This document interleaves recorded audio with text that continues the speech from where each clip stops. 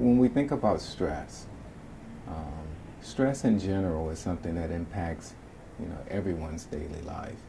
And we found that, probably one of the most significant um, causes of disease and how our body manifests disease really relates to how we deal with sort of the day-to-day stresses of life. Going to work, taking the kids to all the programs that they need to do, um, um, running and juggling the day-to-day of life is really stressful. But when we think about these ideas of post-traumatic stress disorder, it is probably the most intense form of stress that an individual can actually experience. And in a certain sense, it scars identity.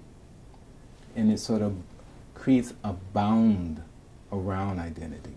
And people carry that through with them, potentially for the rest of their life. And there are opportunities when we look at these ideas of how to restore a sense of identity, how to heal scars that really impact livelihood.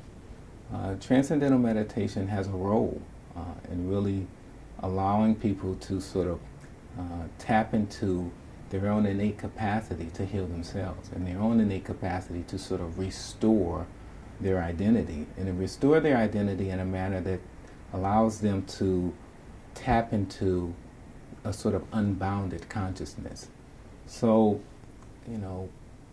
when I'm a plastic surgeon and I'm a reconstructive surgeon, and scarring is something that I deal with in some manners on a day-to-day basis.